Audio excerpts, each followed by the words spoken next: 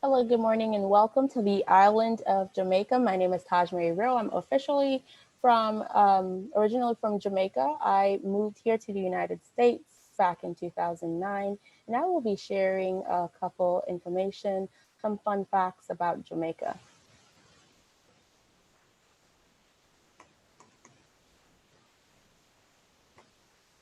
Right. So for the island of Jamaica, our motto is "Out of many, one people," and our motto is very fitting because we are made up of so many different races and ethnicities, and so um, you cannot put Jamaicans with just one look or a particular look because we look different, all different shades and sizes. Now, some fun facts about Jamaica is that we were found by Christopher Columbus. And so he first sighted the island in 1494 and he called it Santiago. But the original indigenous name of Jamaica or Jamaica has persisted. Our capital is Kingston, and that is where I am from. I come from the capital of Kingston. It is the hustle and bustle and can be compared to New York City. The official language of Jamaica is English. However, we do have a dialect called Patois, otherwise known as Patois. And so it comes from a variety of languages such as Spanish, French, and English. And so if I should speak a Patois um, phrase, it will sound a little bit different. It will sound like a mixture of English, French, and Spanish. Like, for example, I would say, mi godong deso. And so you could hear the words me, which originates from, Spanish, de from French, and you heard a little bit of English in there as well. The island's various Spanish, French, and English place names are remnants of its colonial history. And so you'll hear a different, by going through the island, you'll see different places that do have Spanish and French name. One of our rivers, Rio Grande, is also Spanish. We have what is called Spanish Down. And that kind of just gives you a little bit of history about how all the different ethnicities, all the different languages that are a part of the Jamaican history. Now, the great majority of its people are out from African ancestries, the descendants of slaves brought by European colonists. Jamaica gained independence in 1962 from the United Kingdom, but we still remain in the Commonwealth. Now, I wanted to show you all a couple of our national heroes. So, just like Abraham Lincoln is to the United States, we do have a couple of our leaders that kind of helped Jamaica shape into what it is today.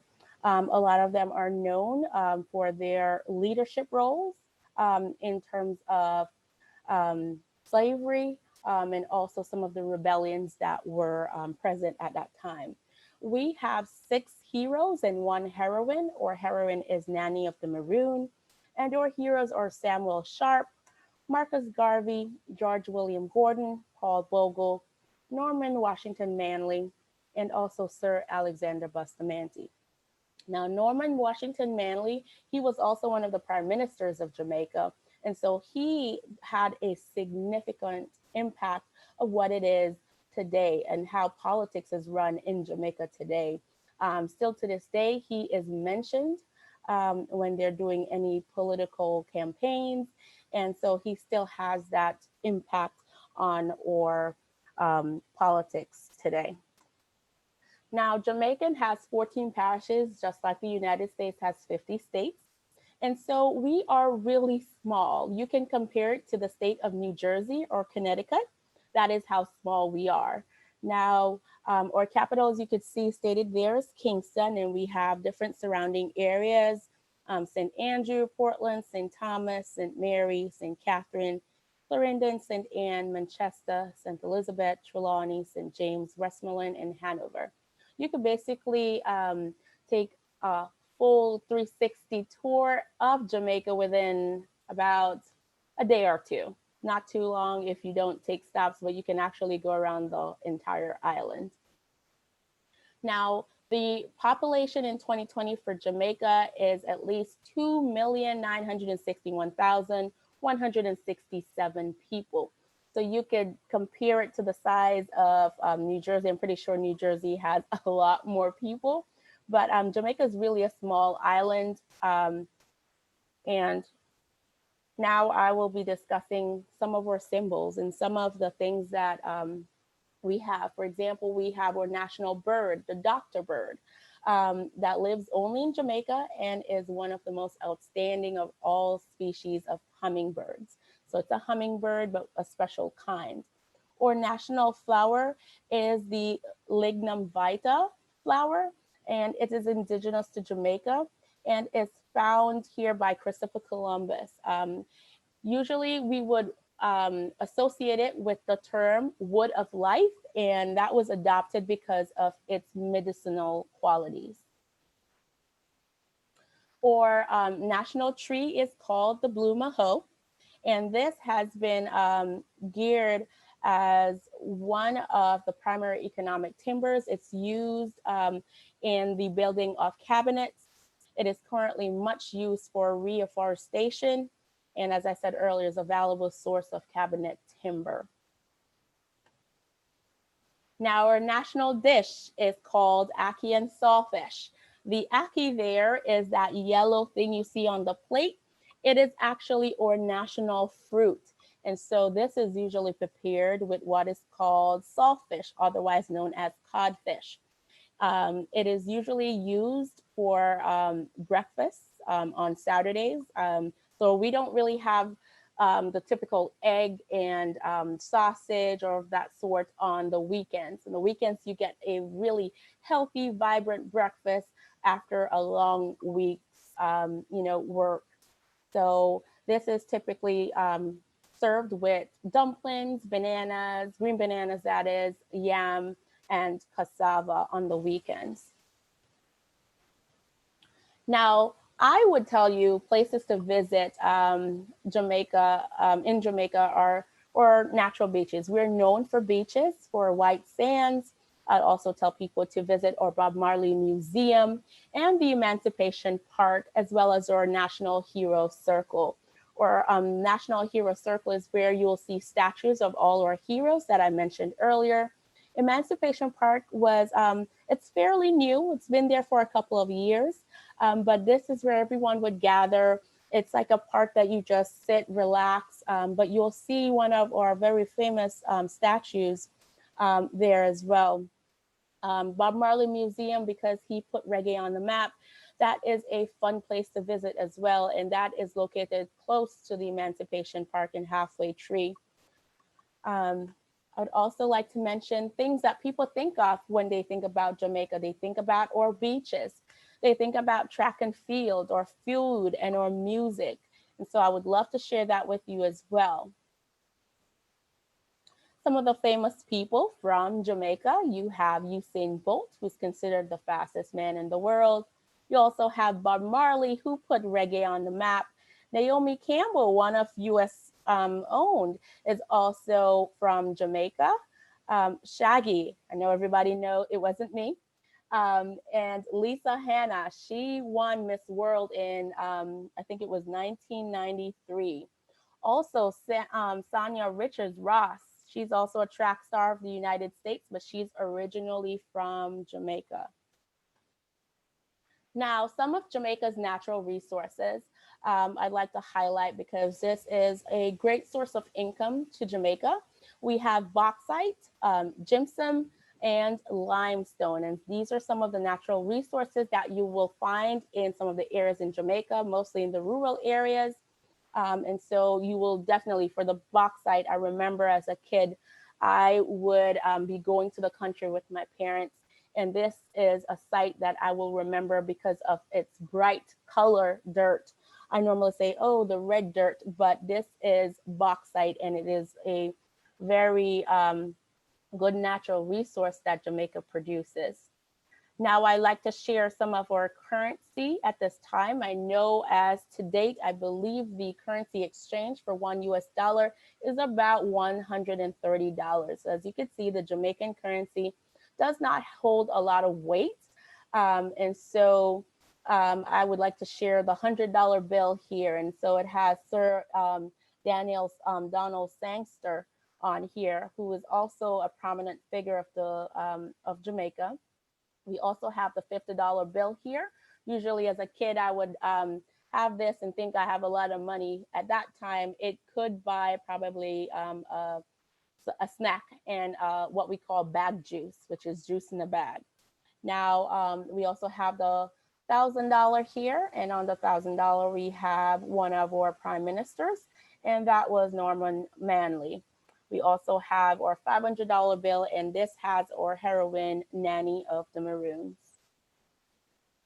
Now, some primary economic activities. One of our biggest income comes from our service industry, tourism. As I said earlier, we are known for our beaches or resorts, and so this is one of the biggest income for Jamaica, and we are really highly appreciative of the resources we have there, and we take great pride in tourism. That is a big push in Jamaican politics as well. Also, agricultural. So, traditional agriculture includes sugar, banana, coffee, cocoa, citrus, and pimentos. Of those, sugar and banana are the most important. The sugar industry is structured around 9 sugar estates, 5 of which are rum distilleries. We are known for Jamaican rum, Ray and Nephew. And so, if you have not yet tasted, I would, if you are of that age, go ahead and get you one. It is sold in some of the stores here in America. And so that is my presentation on Jamaica. Now I will be open to any questions that you may have.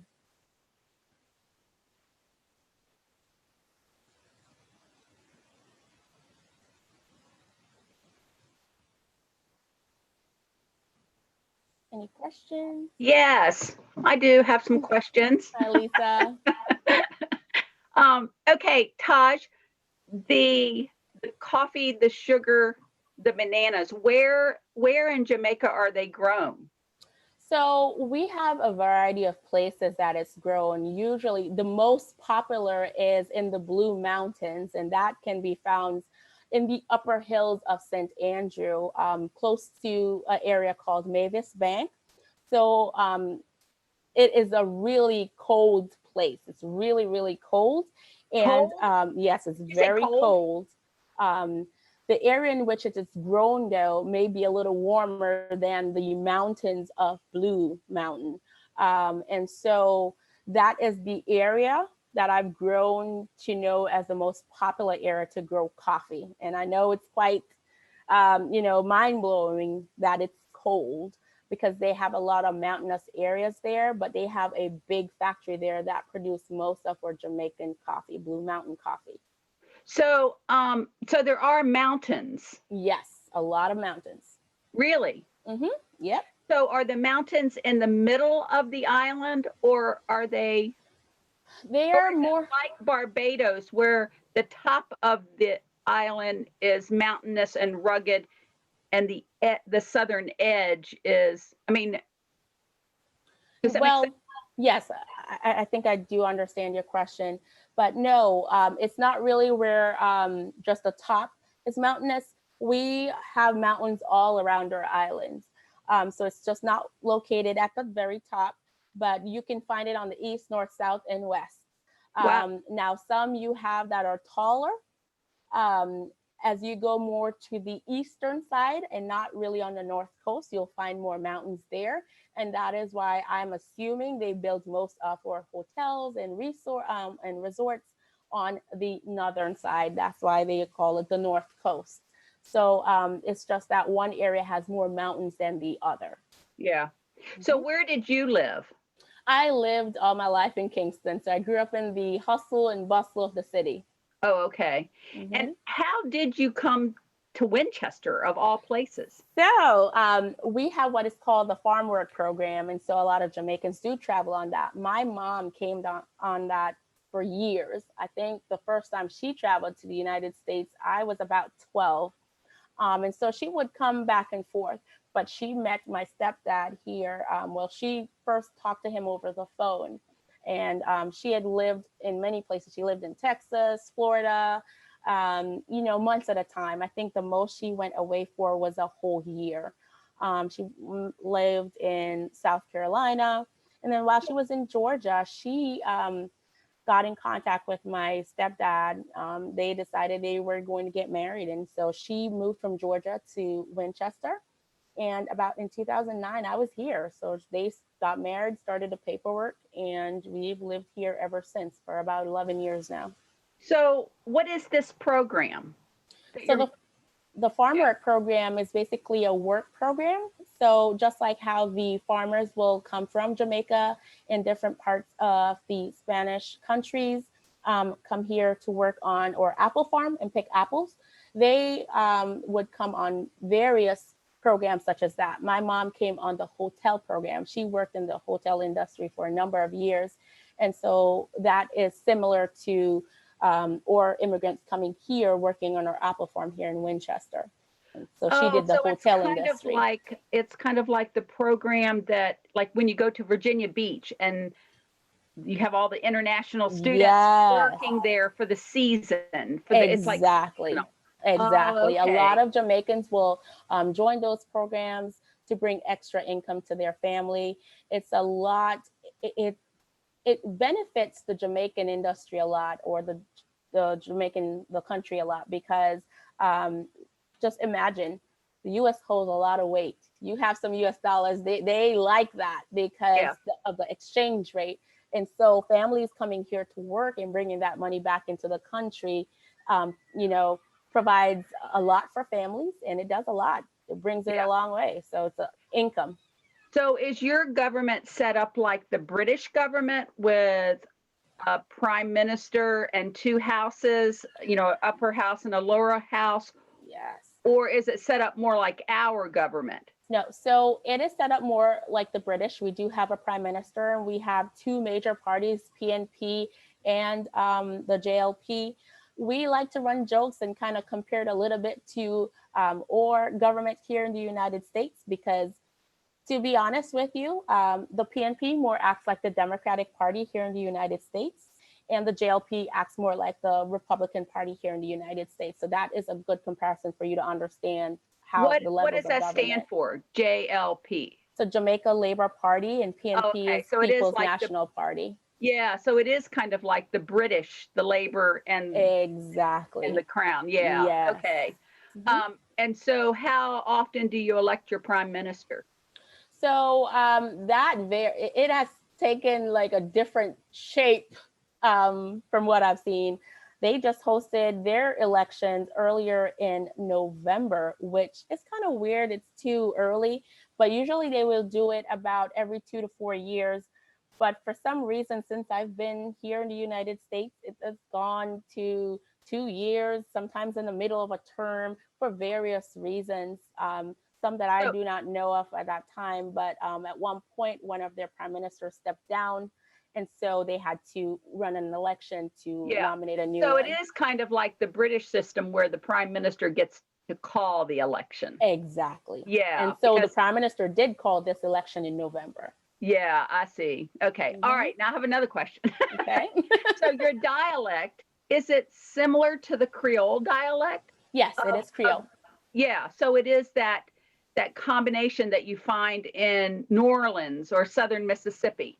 Exactly. I believe it came about when the slaves were brought to Jamaica, and they were trying to find some means of communication. A lot of them came from different places that had different dialects of their own, different languages. And so they were trying to find a way to communicate with each other. And so that is why I believe that dialect came about. As I mentioned earlier, we have a little bit of Spanish in there. You can hear the me. We use me a lot of times in place of I'll say me. We use a lot of they, and we could put in a little English as well with it. So that's how our dialect came about. And that's also very British. That me is very British, because they don't use the I. They say me, buddy, me pal. Exactly. And so that's part of that. And we are part British of the Commonwealth as well. Yeah, exactly. Yeah. And so Jamaica is still part of the Commonwealth.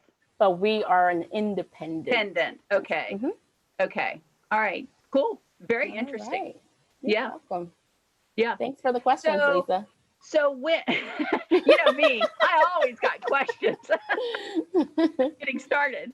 So, in your education system, you have, is your education system set up like ours where you have K-12, or is it more the British where you have your A levels and O levels to enter a university? Right. So back in the day, we did have O levels and A levels, but that went away. And so we take exams called Caribbean Examination Council, CXC. And so this is how the school system is set up. We have from ages 3, because we can start school about 3, and that's kindergarten. So 3 to about 5 years old, you'll go to a basic school. That's what we call it. And then you will graduate from that basic school, enter primary school from 6 to 12. And that goes all the way up to the 6th grade. So from the 1st grade to the 6th grade. Then you'll have to take an exam called GSAT. And GSAT is one of our literacies, just like the SOLs. And so you will be given an option to choose the schools, the top schools you want to go to. In my day, we chose 3. We had only 3 options. And so we are ranked. So you have tertiary level education, you have the high level ones, the elite schools, and you have secondary ones. And so normally when students are choosing their schools, they will put the elite schools at the top. That's where everybody wants to go, but you have to get the grades to go there. And so Okay. you would do that GSAT examination and be placed into any of those schools. My sister and I, we went to an all-girls Catholic school, which was one of the elites, Alpha, also known as the Convent of Mercy Academy, Alpha. And so we had to score in the 80s and 90s in order to get to that school. After there, there's also a post high school section of the high school, if you understand what I'm saying. So Uh-huh. we would go from first form, which is 7th grade, all the way up to 5th form, 10th grade. And so you will take another exam called Caribbean Examination Council. And depending on how many subjects you pass, you will be able to be as competitive to get into the post secondary part of high school known as 6th form. So the grades are 1, 2, and 3, 1 being the highest. And so that's an A, 2 might be a B, and 3 might be a C. And you'll be able to compete with other students around the Caribbean because it's a Caribbean examination, but you'll be able to compete and to get yourself either in 6th form or go directly into the college. So it's like sort of a bridge. It's like community college classes because a Yeah. lot of mine did get transferred in. But I took college level courses in 6th form, which is basically um, 12th and 13th grade. And then Yeah. you will take the exam called CAPE. So it's similar to Caribbean Examination Council. It's also a Caribbean, it's Caribbean proficiency. I forgot what the A meant. Aptitude proficiency test, something like that. But it's at the college level. So if you do get those courses as well, it gives you a better chance of getting into one of the universities, which in Jamaica, we had only 2 at the time when I was there. And it was just University of the West Indies and University of Technology. But now they also have a number of other universities. For example, Northern Caribbean University in Mandeville, and they also now have I think it's like a Maritime Institute, which is also another university there. So they have expanded and added 2 more universities there in Jamaica. But that is the level. It's very competitive when it comes to education there. You literally, I mean, in the 7th grade, I can remember I did about 18 subjects. So you're in the 7th grade, you're taking 18 subjects. They give you everything. You take both languages, French and Spanish, which is very popular there. Um, took all the sciences, English literature, you're taking everything. And the more you go up, so you go to the 2nd form, you're still doing that same amount of classes. But once you get to 3rd form, you are given another test where you're competing with your peers. You're competing for your top choice. So now at that time, you've already taken all these classes and now you have the idea of what you might want to do later on. And so at that time, I chose to do business. And so I had to make sure I do really well in all the business courses, because if I do well, then they will most likely put me into those business courses. But I'm also competing with other classmates, because they're choosing the top grades for business to place you into the business. If you chose science, and you have to do really well in those science subjects before placing you into the sciences. For those who may fall in the middle, they're usually placed in the arts.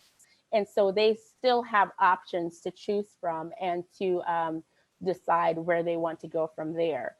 So then you're placed into fourth form, where you're studying basically the degree of your choice. Yeah.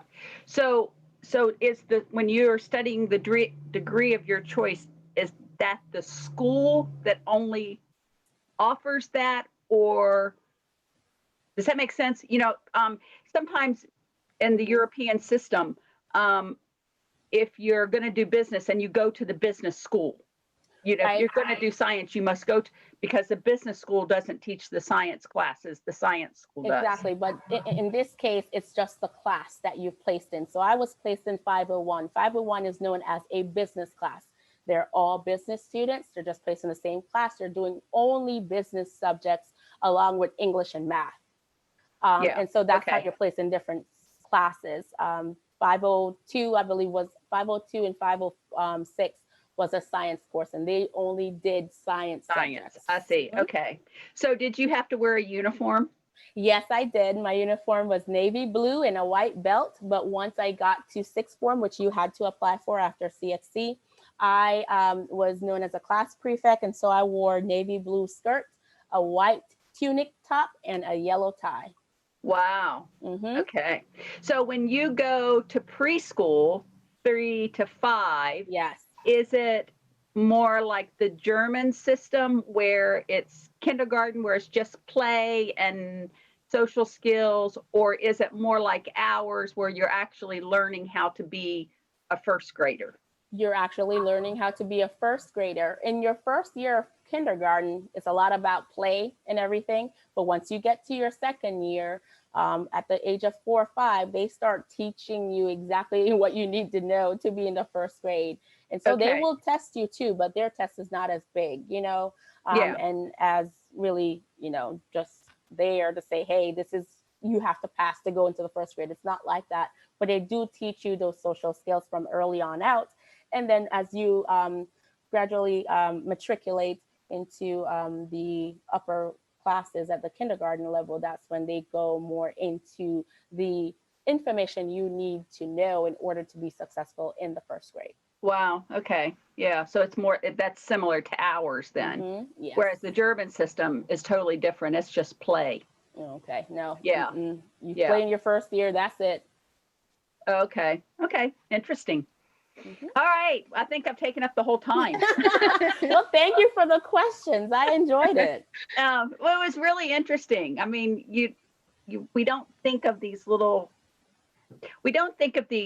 differences and similarities between our countries. And I think we also get these stereotypes in our mind that all of Jamaica is just a beach, the whole Nope. thing. And Nope. I love the geography and the landscape. So, Right. I think that that's just fascinating that it's actually cold. Well, I'm it's going just there some now. parts. No, no. So basically, just to kind of clear that up, or provide some clarification. So the climate there is tropical. Yeah, But but in the some mountain is areas, the high. mountainous areas, Yeah. so the Blue Mountains, that's really cold. And where my mother is from, Manchester, even though it's flat, that's the coldest parish in Jamaica. I mean, I wear a light sweater, and or Wow. cold is once it hits 70, we consider it cold. We're not used to it like that. Yeah. And so I have to research the Blue Mountains because I don't Yes. think I ever heard of that before. Yes, And that is where our name, or coffee is named after, Blue Mountain Coffee.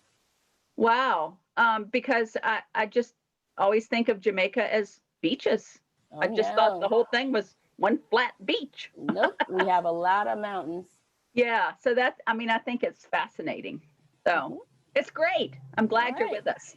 Thank you. I have two questions, please. Go ahead, Kristen. Oh, I'm sorry. I didn't even know Kristen was there. It's okay.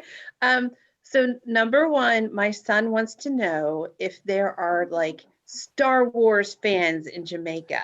All right, so here is the thing, and this is something we joke about in my household. Jamaica is like a little America. They are so Americanized. I mean, they have a lot of Star Wars fans. I remember when Star Wars just came out, and in KFC, everybody will go to KFC just to get that Star Wars cup. I mean, I think some people still have it in their house because I think we had it until I left Jamaica. And that was in 2009, and we still had a Star Wars cup in our house. So there are a lot of Star Wars fans. Thank you. You're And then welcome. I wanted to know, do you get to go visit often? I mean, aside from COVID, I mean, do you get to? I've been back 1, 2, 3. Only 4 times I've been back since I've been here. Okay. 4 times. And you said you've been here since 2009? 9? Okay. So it's only been 10 years. Wow. Yeah. 10, 11, about that. Yeah. Wow. And that's my first time traveling. And I traveled outside of Jamaica and I came to live. So it was a big culture change for me. So yeah. Taj, you came from Kingston to Winchester? Yes. Wow. Oh my gosh. I was depressed for 6 months. My mom, my stepdad were really concerned because we signed up for LFCC. Well, we had to wait till January and we came in April. And so the year before. And so we had to wait. But during that time, they were so worried. We were depressed. I was always on the hustle and bustle. And so I went to New York. I was supposed to spend 2 weeks, end up spending 2.5 months. I found a job, started working, jumping on trains, which was really surprising to my mother. But I had to do something. And then I came back for school here in Winchester. So, yeah, because Kingston is a city. Yes, it is. I mean, it is one of the, I do know that. So moving into Winchester, rural, we think of Winchester as a city, but it's not a real city. I mean, it's still a small city compared to some of the cities in the world. Right. So that must have been that must have been overwhelming. We compare Kingston to New York, the city that never sleeps, the hustle and bustle. So that's what I was used to. Yeah, so that must have been a real shocker. Yes, it was. I was depressed for 6 months. I had to do something. So I went on a bus to New York to visit my aunt. I was supposed to only spend 2 weeks, end up spending 2.5 months. I got a job, everything. I was moving up and down like a New Yorker. Wow. Very interesting. We don't think about that sometimes. I know with many of my students, they come, my one student from China, she comes from a city of like 30 million people. Wow. I mean, that's like half of the East Coast. Yes. and then she moved to like Percyville, where there's like 6,000 people. If you count them all. More intimate. She hardly even left her building because her building was so big and had so many things in it. She didn't need to leave the building. Right. And we can't even think that way. I mean, and the difference that does to your lifestyle. So I understand how you must have felt coming to Winchester. I had no idea. Yes. That's a culture shock. Yes, it was. I had to adapt real fast. But now, have you grown accustomed to it? Yes. I remember when I just came, I told my mom I'm moving from Winchester, and now you cannot get me to move. Like, it has grown on me. I take drives sometimes on the weekends just looking at the mountains, the different areas. And so it has grown a lot on me to where now I don't even want to move. Yeah. And Steffi is still here, correct? Yes. And your mom? Yes. Yeah. Okay. Okay. All right. Interesting. Well, thank you. Okay, thank you. Thank you for participating. I think it's great. Oh, Thank you. Thank you.